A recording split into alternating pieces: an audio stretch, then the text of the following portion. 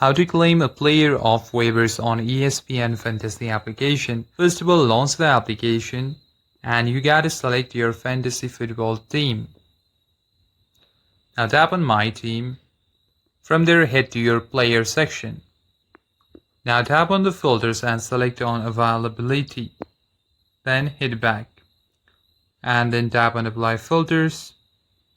Then simply select on Waivers W to see the locked players currently on the waiver wire. Now you have to initiate the claim. Tap on the plus, add or claim button right next to the player's name. If it is locked now, you can come back later and see when it is available. Now select a player to drop from your team. Because your roster has a maximum size limit, you must tick the box next to a player on your current bench to drop them once the claim processes. Now to see the active claims, go to the My Team and you can tap on Claims to see the waiver claims running. Now simply tap Submit to finalize your claim request.